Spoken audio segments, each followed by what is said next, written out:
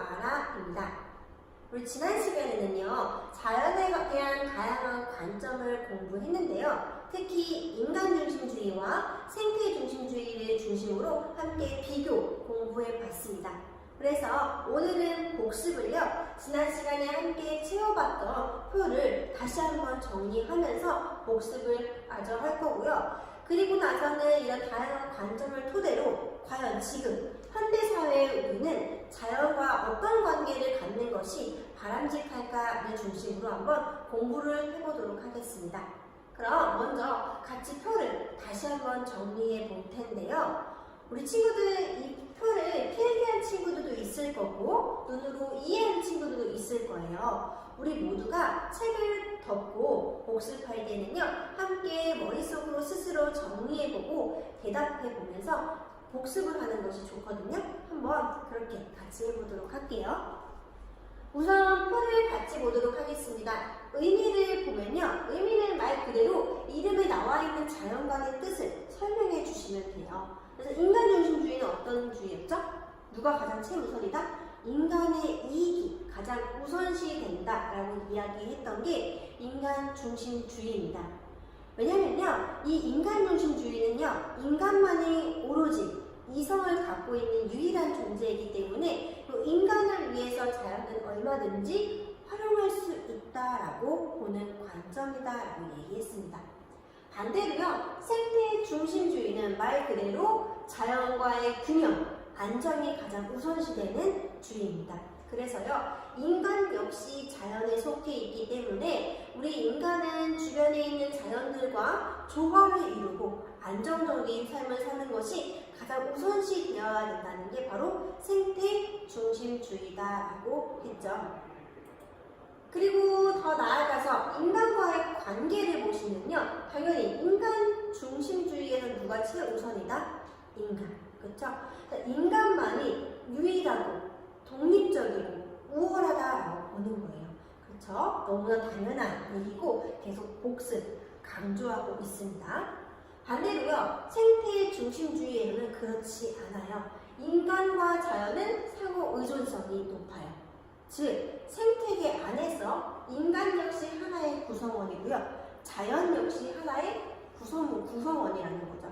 그래서 우리는 하나하나의 구성원이기 때문에 우리는 서로 떨어져 있는 존재가 아니라 상호 의존적이다라고 봅니다. 그리고 자연을 바라보는 관점은요, 우리 인간 중심주의는 누가 제일 우선이죠? 인간이 우선시되다 보니 자연을 우리의 이익을 위해 도구적으로 사용한다. 바로 도구적 가치 혹은 수단적 가치라는 거죠. 즉, 자연이 우리를 위해 얼마든지 도구로 활용이 될 수 있다는 걸 의미했고요. 반대로 생태 중심주의에서는요, 자연을 내재적 가치가 있다라고 봤습니다. 이 말은 즉 뭐예요? 그냥 존재 자체가 가치가 있다라고 했죠. 나무가 있는 이유가 있는 게 아니에요. 나무가 그냥 있는 것 자체가 가치가 있는 거고요. 그리고 우리 주변에 산이 있는 이유도 존재 자체가 가치가 있다라는 거죠. 그래서 선생님이 지난 시간에 우리 친구들 역시 존재하는 것만 자체만으로도 가치가 엄청나게 크다라고 얘기했어요. 이런 것을 바로 내재적 가치라고 합니다. 다음 더 나아가서 이런 자연관들이 갖고 있는 의의는 무엇인지 보면요, 인간 중심주의는요, 바로요, 인간의 경제적 풍요를 가지고 왔다는 거예요. 특히 근대 이후, 우리 산업혁명 이후에요, 인간의 이성을 강조하다 보니 특히 인간 중심주의가 성행을 많이 해요. 그래서 인간의 삶이 풍요롭게 하기 위해서 인간의 이익을 위해 우리가 자연을 활용하기 시작한 거죠. 그러면서 자연스럽게 과학기술이 발달을 하고요, 우리 삶이 풍요롭게 된 거예요. 그래서 경제적 풍요로 이어졌다는 의의가 있고요. 반대로 생태 중심주의는 최근에 많이 이슈가 되고 있는 중심주의 중에 하나예요. 바로 우리가 지금 이런 다양한 문제, 환경 문제들이 있는데 이제는 전체 생태계의 관점에서 문제를 인식하기 시작했다는 거죠. 즉, 자연이, 환경이 오염되면 환경이 오염되는 거에서 그치는 것이 아니라 이 오염은 곧 누구에게까지 피해가 오죠? 우리 인간들에게까지 피해가 온다는 거예요. 그래서 우리가 자연과 뗄래야 뗄 수 없는 관계고 우리 역시 하나의 구성원이다라고 보면서 전체 생태계 관점에서 문제들을 바라보기 시작했다라고 보시면 됩니다. 하지만 각각의 문제나 혹은 한계점이 존재하는데요. 인간 중심주의가 갖고 있는 한계는 무엇이라고 했죠?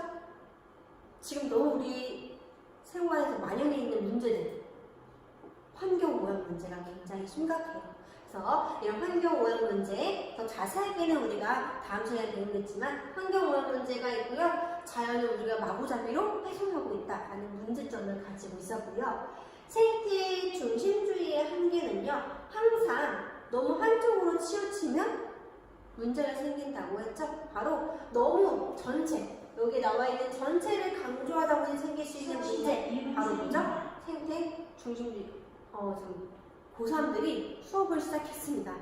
고3이 오늘부터 등교를 해서 수업을 시작했기 때문에 이런 종이 좀 나오는 거 우리 친구들 이해해 주세요. 그래서 한계는요, 너무 전체만 생각을 하다 보니 환경 파시즘, 개인의 희생을 당연하게 여기는 문제, 그걸 환경 파시즘이다라고 이야기했죠.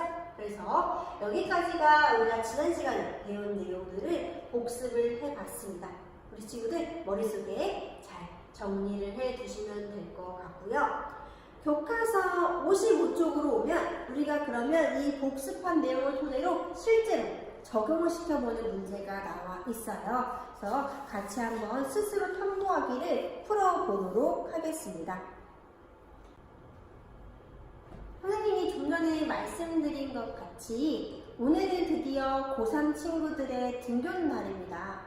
거의 한 80일 만에 등교하는 날인데요. 사실 이 80일 동안 선생님은 학교에 출근하면서 온라인 강의를 듣고 행정 업무를 처리했는데 처음에는 굉장히 우울하더라고요. 우리 친구들을 볼 수 없다는 아쉬움, 그리고 이렇게 수업이라는 것을 직접 대면하고 하는 것이 아니라 오로지 영상을 통해서만 친구들을 만나야 된다는 게 굉장히 우울했거든요. 왜냐면요, 사실 우리 교실이라는 게 정말 수업도 이루어지지만요, 학생과 교사 간의 이 내포 형성이 굉장히 중요하다고 생각을 해요.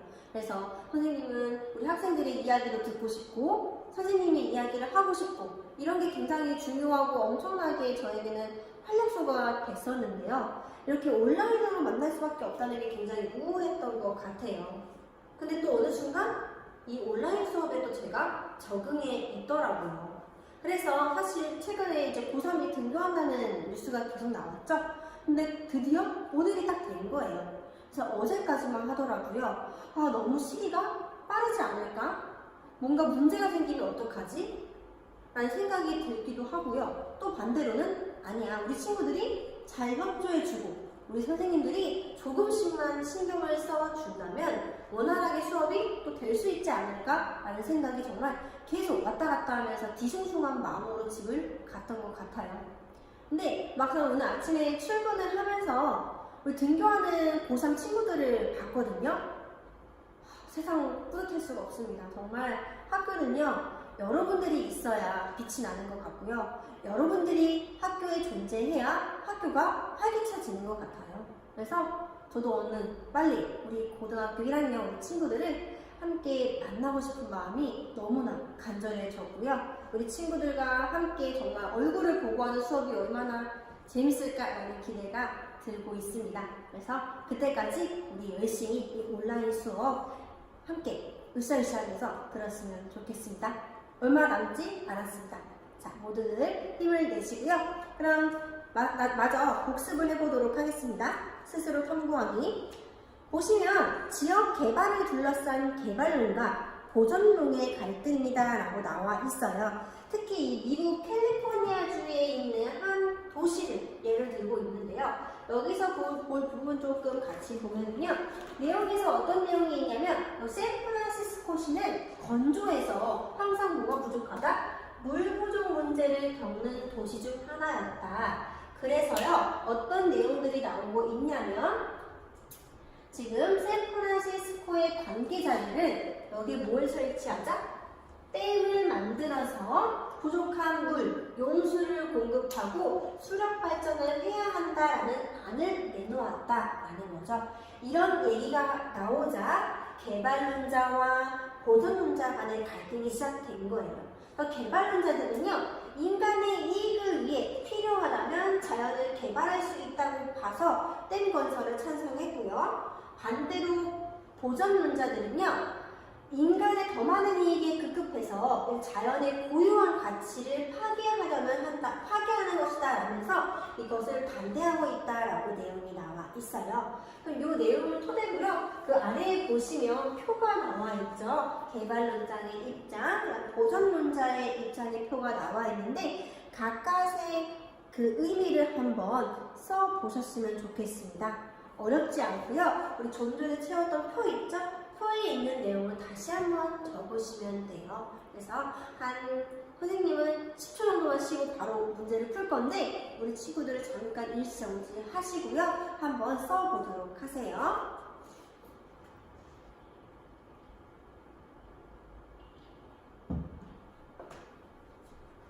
네, 같이 보도록 하겠습니다. 자, 개발론자는 무슨 중심주의일까요? 인간 중심주의일까요? 생태 중심주의일까요? 네. 인간 중심주의죠. 인간 중심주의에 해당하는 내용 쓰시면 됩니다. 즉, 이들은 자연을 어떻게 봐요? 도구적 가치로 보는 거죠. 그래서 거기 쓰시면요, 뭐 자연의 도구적 가치를 인정하고 있다라는 내용 들어가시면 되고, 또 누가 가장 중시했다? 인간, 즉 자연보다 인간의 이익을 우선시한다라는 거 써주시면 되고요. 그렇기 때문에 인간의 이익을 위해서 얼마든지 자연을 개발시킬 수 있다라는 것까지 써주시면 됩니다. 이 세 가지가 중요한 거예요. 수단적 가치, 인간의 이익, 그리고 자연 개발. 이렇게 세 가지의 단어가 들어가 주시면 좋을 것 같습니다. 반대로요, 보존론자 같은 경우에는 생태 중심주의죠. 자연 그 자체가 중요하다. 그래서 자연 그 자체의 가치를 인정한다는 말, 내지적 가치 써주셔도 되고요. 그 다음에 인간의 이익보다 뭐가 더 중요한 거예요? 자연의 고유한 그 가치가 중요시 여겨진다라는 거. 그 자연을 어떻게 하자? 보호하자라는 것까지 적어주시면 되겠습니다. 그래서 자연의 내지적 가치, 그리고 자연 보호, 이런 단어들이 들어가 있으면 우리 친구들 지난 시간에 배운 내용들 정말 확실하게 잘 정리했다고 볼 수 있습니다. 그러면 뒤로 넘어가서 오늘 또 새로운 내용을 보도록 할게요. 교과서는 56쪽이고요. 우리 친구들이 가지고 있는 프린트는 20쪽에 해당하는 내용입니다. 그래서 두 번째 소단은 인간과 자연의 바람직한 관계를 오늘 배울 거고요. 학습 목표는요, 인간과 자연의 바람직한 관계를 제한할 수 있다라는 겁니다. 즉, 우리 현대사회 속에서 인간은 과연 자연을 어떻게 바라보고 또 어떤 마음으로 대해야 될지를 우리가 이번 시간을 통해서 배워볼 건데요. 우리 교과서 56쪽에 상단에 보시면요, 공룡과 어린 소년의 모습이 보이죠. 이게 굿 다이노라는 영화의 한 장면인데요. 이 영화의 내용을 잠깐 살펴보면요, 여기는 보면 서로의 다름을 이해하고 받아들이는 과정을 통해 인간과 자연이 서로 공존할 수 있음을 담아내고 있다. 또 특이한 것은요, 그뿐만이 아니라 영화 속에서 공룡 알로는 말을 하고 도구를 사용하는 반면 인간 꼬마인 스팟은 오히려 동물처럼 행동한다 라고 되어 있어요. 그래서 이 영화에서는요, 인간과 공룡을 바꿔서, 역할을 바꿔서 표현을 해놨거든요. 그 이유는요, 바로 시선의 바꿈을 통해서, 즉 인간의 입장이 아닌 자연을 대변하는 공룡의 입장으로 영화를 만들면서요, 과연 인간과 자연이 공존할 수 있을까? 또 공존하면 어떻게 공존하는 것이 좋을까? 라는 것을 중점으로 만들어진 영화입니다. 그래서 여기서 중요한 단어는 바로 이 공존이다라는 거 보시면 되겠습니다. 이게 바로 우리가 배울 핵심 키워드이기도 합니다. 그래서 이렇게 보시면 되고요. 그럼 이런 자연관들의 변천이 있었겠죠. 그 변천을 바라볼 텐데요. 특히 자연관의 변천에는 서양의 근대 자연관이 많이 반영이 되어 있어요. 또 그 내용을 중심으로 우리가 한번 같이 볼 건데요. 전근대 사회입니다. 산업혁명이 일어나기 전인 전근대 사회에서는요, 자연을 어떻게 바라봤냐면요, 자연에 순응하는 삶을 살았어요. 즉, 무슨 말이냐면, 우리 인간이 자연 속에서 자신에게 주어진 환경에서 어떻게 살아갈지 그 환경을 극복하고 또한 적응하면서 살았던 게 이 시대예요. 그렇기 때문에 자연과 인간은 서로 의존하는 관계가 굉장히 컸죠. 이렇게 보시면 되고요. 그러다가 이 산업혁명이 일어나게 됩니다. 근대 사회에 특히 우리 인간만이 이성을 가지고 있다. 이성을 중시 여기기 시작하면서요. 우리가 인간의 이익을 위해 하나하나 발전을 시켜 나가게 되고 특히 산업혁명이 딱 커지게 돼요. 그러면서 정말 우리 삶은 어떻게 됐죠? 엄청나게 풍요로운 삶으로 발전을 했죠. 그에 따라서요, 우리 근대 시민사회에 이르게 되면은요, 인간중심주의가 드디어 출현을 하게 되는 거예요. 우리 지난 시간에 배운 인간중심주의, 그러면서 자연스럽게 과학기술이 발전을 하면서 자연을 적극적으로 이용하기 시작합니다. 그래서 자연을 이용의 대상으로 바라보기 시작한 거고요. 최근에는 어떻게 변화가 나타나기 시작했을까요? 우리가 지금 배우고 있는 이유이기도 해요. 너무나 환경오염이 심해지다 보니까요, 이 심각한 환경위기를 드디어 우리가 직면하게 돼요. 그리고 이 문제를 해결하기 위해서 우리 생태 중심주의 자연관이 등장했다라고 보시면 되고요. 당연히 요즘은 생태 중심주의 자연관이 이슈가 되겠죠. 그래서 한번 표로 정리를 한 거고, 이거 그대로 우리 친구들이 가지고 있는 프린트에도 나와 있는 내용들이에요. 그래서 이 내용들을 보면서 아래에 한 번만 더 정리를 하면요, 자연을 바라보는 관점을 위주로 정리해 볼게요. 여기는 자연을 어떻게 해요? 우리 스스로가 여기 수능이라는 말도 나와 있네요. 수능하고 혹은 내가 살고 있는 지역의 자연 환경에 적응하는 삶을 사는 게 저는 근대사회다라고 보시면 되고요. 근대 시민사회가 오게 되면 인간중심주의가 출현하게 되면서 자연스럽게 우리 자연을 뭐예요? 이용을 하죠. 자연은 곧 우리가 이용하는 대상이 된 겁니다. 이용 대상.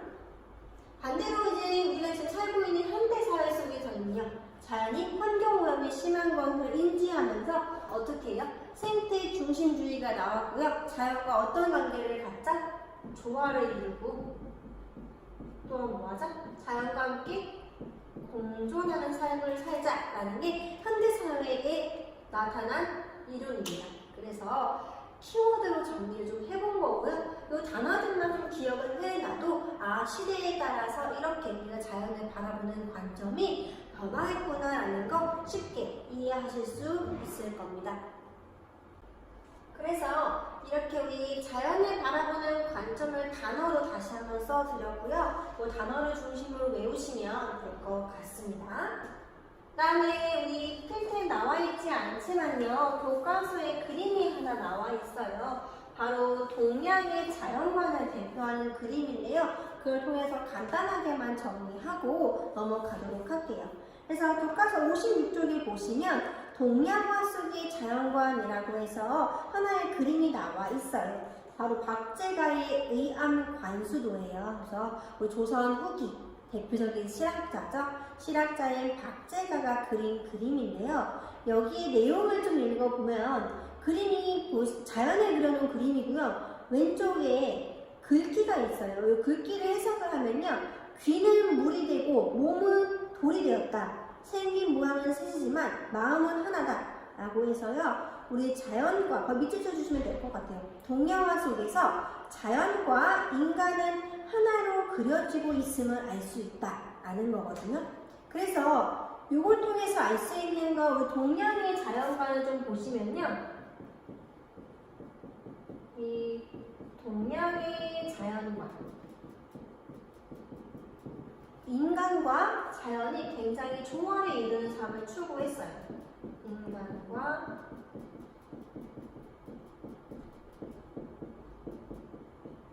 자연의 조화. 이 조화를 이루는 삶을 추구했다. 보시면 돼요. 추구.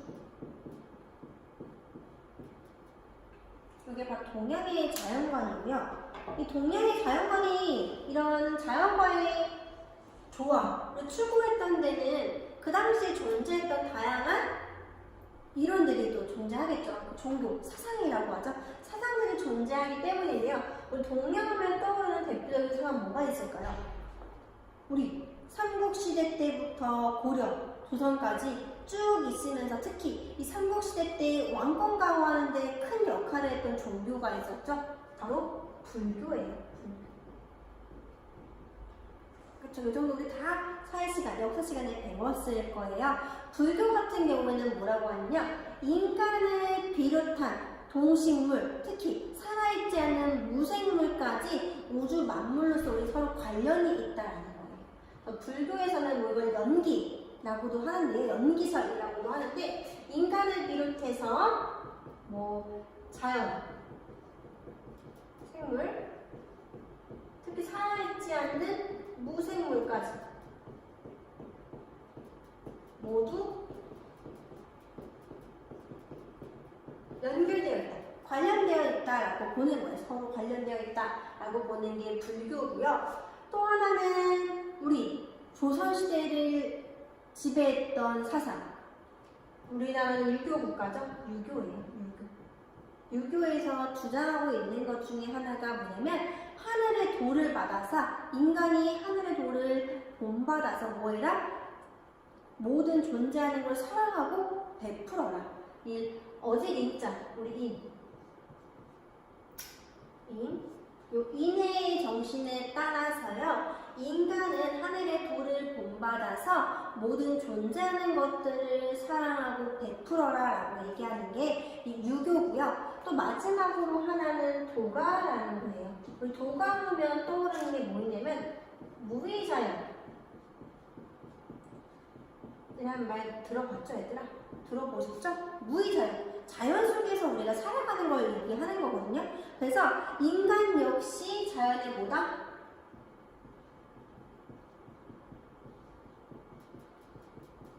자연의 일부라는 거예요. 자연의 일부다. 우리 역시 그 자연 속에서 어울려 살아가야 된다라는 걸 주장하는 거예요. 그래서 그 자연의 섭리를 따라가자라는 게 도가거든요. 이처럼 동양은요, 이런 사상들의 영향을 받았기 때문에 예로부터 자연과의 조화를 이루는 삶을 추구했다라고 보시면 됩니다. 이 내용은 사실 교과서에는 나와 있지 않아서요, 우리 친구들이 이해하고 넘어가도 되거든요. 그래서 이해할 수 있는 정도로 동양은 이런 자연관을 토대로 이루어졌다면 서양의 자연관은 이렇게 근대 이후 인간중심주의, 특히 인간의 이성을 강조하면서 인간중심주의로 인한 발달, 그리고 현대는 생태중심주의로 이루어졌다라는 거 인지해 주시면 될 것 같습니다. 그래서 이 내용 좀 정리한 거고요. 이것보다 중요한 게 이 뒤에 나와 있는 앞으로의 우리 인간은 그러면 자연을 어떻게 바라보고 어떤 관계를 가져야 할까? 바람직한 관계가 나와 있어요. 바람직한 관계를 좀 정리를 해보도록 할게요. 인간과 자연의 바람직한 관계를 바라보는 우리 인간 중심주의, 생태 중심주의의 입장이 있겠죠. 이들 역시 공통점은 존재해요. 서로 굉장히 이질적으로 보이지만 이들의 공통점, 다들 지금 뭘 인지하고 있냐면요, 환경은 보호해야 된다. 보호의 필요성은 서로 인정하고 있어요. 우리 친구들 인간 중심주의라고 해서 무조건 환경 파괴해도 괜찮아 라고 생각한다고 생각하면 될까요? 안 될까요? 안 된다는 거예요. 인간 중심주의 역시 환경을 보호할 필요성에 대해서 요즘은 인정을 하고 있다라는 거예요. 그래서 인간 중심주의 입장에서는요, 왜냐면요, 역시 누구를 위해서요? 인간의 이익을 위해서기는 해요. 인간의 장기적인 이익을 위해서는 자연을 보호해야 된다. 보호 필요가 있다라고 얘기하는 거죠. 왜냐면 자연이 오염되게 되면 그 오염피는 결국 우리에게 오게 되고요. 그럼 인간에게 손해를 입히겠죠. 그렇기 때문에 인간의 이익을 위해서 또 보호를 해야 된다고 보는 거고요. 반대로 생태 중심주의는 그렇지 않죠. 말 그대로 우리는 자연 그 자체가 가치 있고 존중받아야 되기 때문에 우리는 뭐예요? 자연이 갖는 수용 능력의 한계를 인정하고 우리가 조절해야 돼. 우리가 갖고 싶은 게 있고 우리가 원하는 이익이 있더라도 그 이익을 조절을 통해서 자연을 보호해야 된다라고 이야기하는 거예요. 되게 결론은 같이 환경 보호지만요. 추구하는 내용은 좀 다르거든요. 그래서 이 내용 중심으로 보시면 될 것 같아요. 크게 어렵지는 않거든요. 우리 친구들은 인간 중심주의는 결국에는 이익을 위해서고요. 그 다음에 생태 중심주의는요. 그 자체 존재 가치를 인정하고 이 자연이 가지고 있는 한계를 우리가 이제는 인간의 욕구를 조절을 통해서 보호해야 된다라고 이야기하고 있습니다. 그렇기 때문에 앞으로 우리가 가져야 할 바람직한 관계는요, 바로 대립이 아니라요, 조화와 공존을 해야 된다고 보는 거예요. 조화와 공존이 필요하다라는 거거든요. 우리 인간은요, 자연 없이 살아갈 수 있을까요? 없을까요? 없습니다. 자연 없이 살아갈 수 없고요. 그래서 또한 자연 또한 인간의 영향을 받지 않을 수 없다는 거예요. 즉 그렇기 때문에 우리는 대립하는 것이 아니라 서로 조화를 이루고 공존을 해야 된다. 이거를 뭐 우리가 유기체라고도 하죠. 뗄래야 뗄 수 없는 관계, 유기체다라고도 해요. 혹은 유기적 관계라고 쓸까요?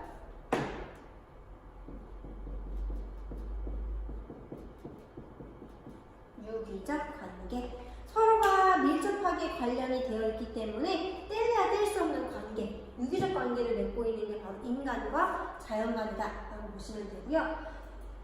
그래서 우리는요, 이 앞으로 공존 의식을 바탕으로 중요한 단어 나왔어요. 바로 공존 의식. 공존 의식을 바탕으로 해서요, 모든 생태계가 가치가 있다고 여기고 존중하고 함께 뭐 해야 돼? 보존해야 된다라는 거예요. 보존하는 삶을 가져야 된다라는 거까지 보시면 되고요. 그래서 여기까지 내용을 좀 보시면요, 우리가 지금 배운 내용이 그렇게 어렵지는 않아요. 바람직한 관계 지금 우리 너무나 다들 인지하고 있거든요. 다시 한 번만 정리를 하면요, 인간과 자연은 뗄래야 뗄 수 있는 관계다? 뗄 수 없는 관계다. 인간 역시 자연 없이 살 수 없고요. 자연 역시 인간의 영향을 받지 않을 수가 없기 때문에 우리는 유기적 관계이고요. 특히 어느 한쪽이 우위를 차지하고 아래에 있는 것이 아니라 함께 공존하는 의식을 하는 이런 공존 의식을 바탕으로 함께 환경을 보호하기 위해 노력해야 된다는 게 오늘의 내용의 핵심 키워드입니다. 그래서 약간 윤리 파트에 해당하는 내용들이었고요. 이 내용들이 바로 56쪽에 잘 정리가 되어 있어요. 그래서 그 내용 한번 친구들이 정리하시면 될 것 같습니다. 그럼 넘어가서요, 57쪽에 우리가 스스로 탐구하는 파트가 나오게 됩니다. 그래서 스스로 탐구하기에 자료 1과 2가 나와 있어요. 그래서 함께 좀 읽어보면요, 일단은 왼쪽에 있는 거는요, 세계에서 가장 작은 펭귄이 서식하는 곳이 오스트레일리아의 일부거든요. 여기 보시면 그림에서도 보이겠지만 펭귄들이 사는 이 서식지가 있고요. 인간은 그 위에서 존재해요. 우리 실제로 막 가서 만들고 싶고 이렇잖아요. 근데 여기서는요, 인간은요, 절대 이 위에서 내려오지 못한다는 거예요. 그래서 여기 나와 있듯이 관람객은 펭귄이 다니는 흙길이 아니라 나무 통로로 이동해야 한다라고 나와 있죠. 그렇죠. 그 다음에 그뿐만이 아니라 조용하게 펭귄을 바라봐야 되고요. 작은 불빛에도 펭귄을 실명할 수 있기 때문에 촬영도 금지라는 거예요. 그래서 이것도 하나의 공존하는 삶, 자연 그대로의 동물들이 살 수 있는 환경을 인정해주고 보존하면서도 인간이 이 펭귄과 함께 공존하는 삶을 보여주는 대표적인 예시이다라고 보시면 되고요. 또 하나는 바로 생태 관광입니다. 그래서 우리나라의 생태 관광, 요즘 생태 관광이 되게 유행을 하고 많이 이슈가 되고 있는데요. 말 그대로 뭐냐면요, 자연의 본래 특성을 훼손하지 않으면서 자연을 관찰하는 거예요. 그러니까 있는 그대로를 보는 거예요.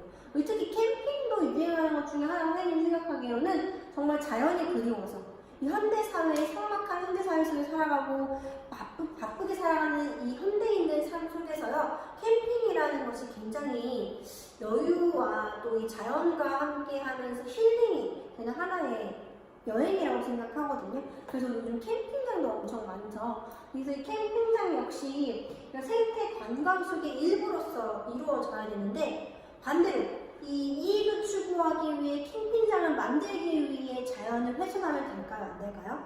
그거는 옳지 않다라는 거예요.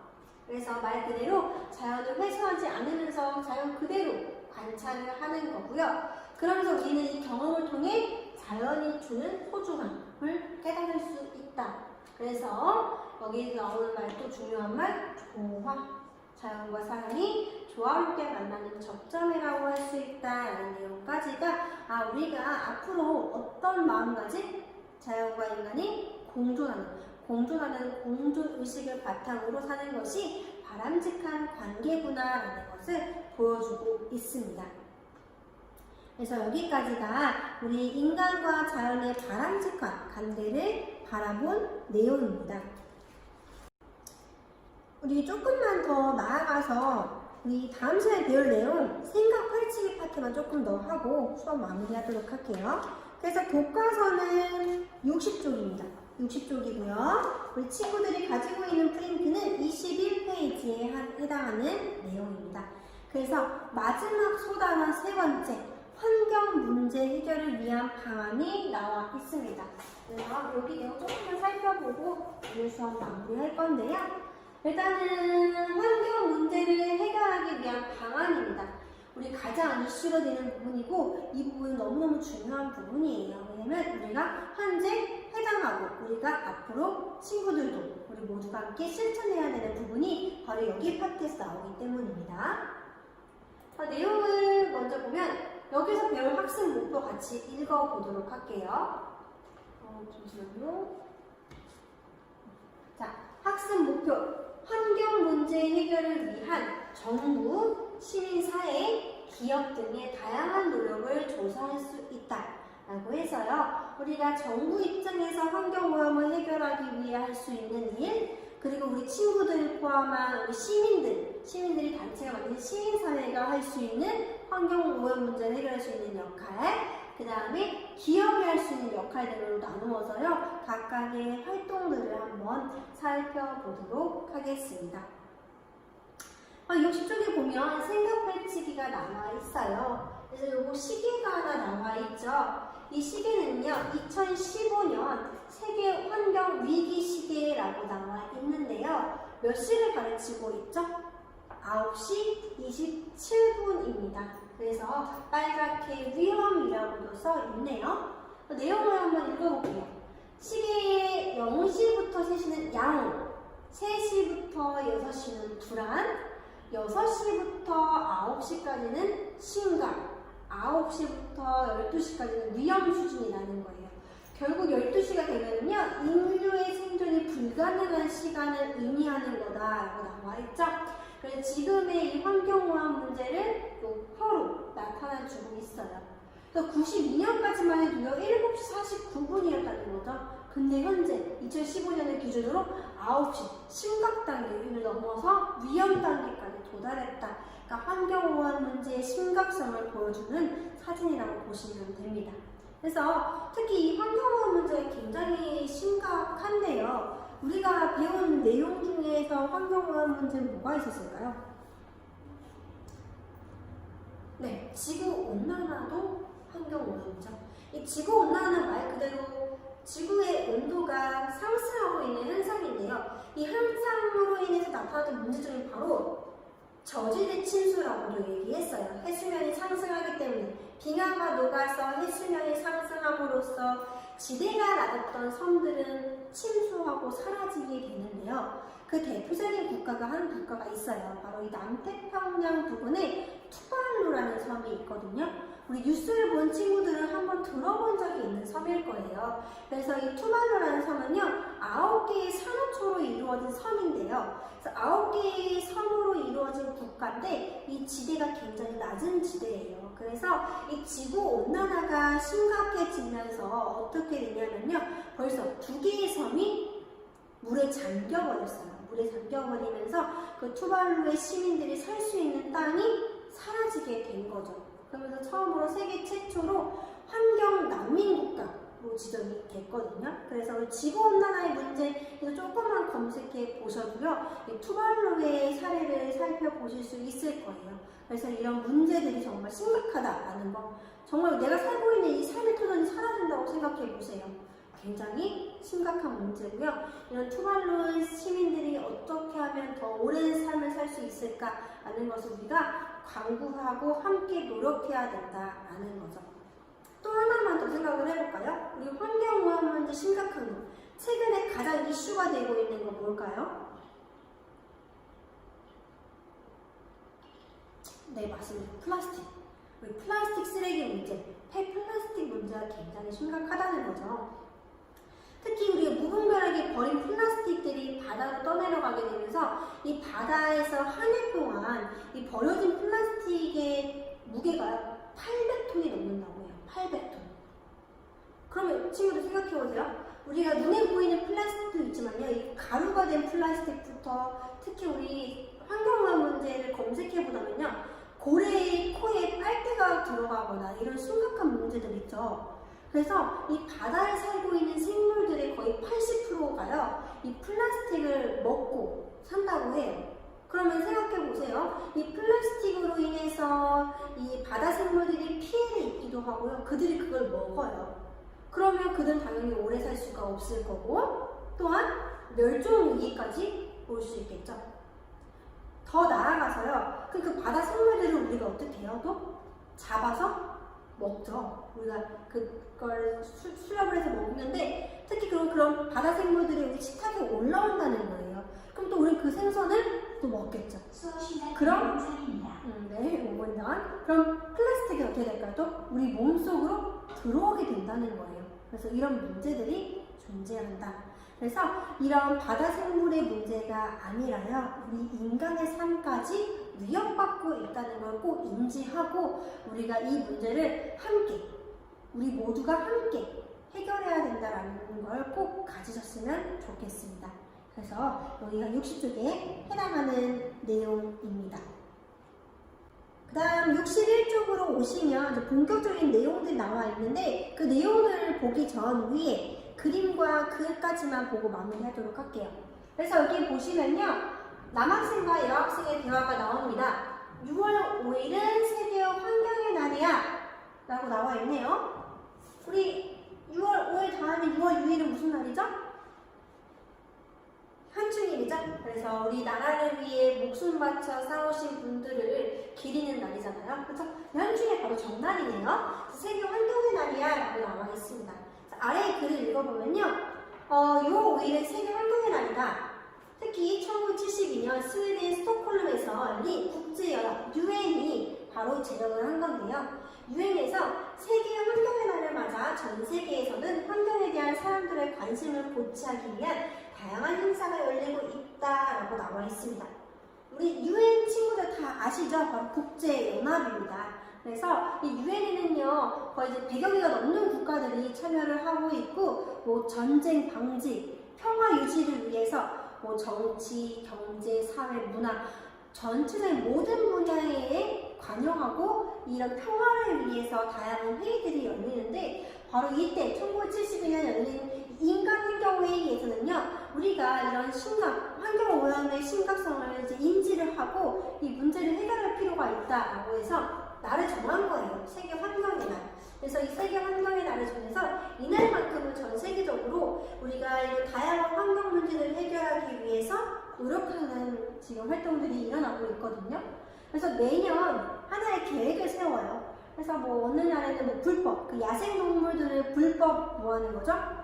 거래하는 것을 근절하는 캠페인을 하기도 하고요. 뭐 우리나라에서도 역시 이런 지속 가능한 개발, 즉 플라스틱의 사용을 줄이자라는 캠페인 혹은 멸종동물들을 보호하자라는 캠페인 등 다양한 캠페인들을 하고 있습니다. 그 바로 이 유엔이 지정한 세계 환경의 날 때문이고요. 우리가 지금도 이걸 인지하고 오늘 배웠으니까 앞으로 6월 5일은 무슨 날? 환경의 날이니까 우리 이날만큼 우리 친구들 당연히 지금도 열심히 재활용하고 그리고 가까운 거리는 걸어서 자전거를 타서 이용하고 있겠지만요. 이날만큼은 우리가 정말 환경오염의 심각성을 인지하시고요. 내가 할 수 있는 실천은 뭐가 있을까? 내가 할 수 있는 건 뭐가 있을까? 한번 생각해 보시면서 한번 행동을 해보시면 좋을 것 같고 우리 아직 오지 않았잖아요. 앞으로 6월 5일날 이쯤 되면 우리 친구들 선생님과 함께 또 볼 수 있겠네요. 그렇죠? 그래서 한번 생각해보는 시간이 됐으면 좋겠고요. 아래에 보시면 환경 문제 해결을 위한 정부의 노력이 나와 있습니다. 그래서 특히 정부는요, 우리 국가만의 문제가 아니기 때문에 국가와 국가, 다양한 국가들이 하나의 협력 체계로서 약속을 하는 협약을 맺어요. 다양한 이 환경과 관련된 협약이 존재하는데요. 그 협약에는 어떤 것들이 있고 구체적인 내용은 무엇인지 다음 시간에 한번 배워볼 거고요. 더 나아가서 우리들 시민들이 할 수 있는 노력 그리고 기업이 할 수 있는 노력까지가 다음 시간에 배울 주요 내용이라고 보시면 됩니다. 그래서 오늘은 여기까지만 잘 정리해 두시면 되고요. 우리 친구들 그러면 다음 시간에 또 만나도록 하겠습니다. 그동안 지금까지 수고 많으셨습니다.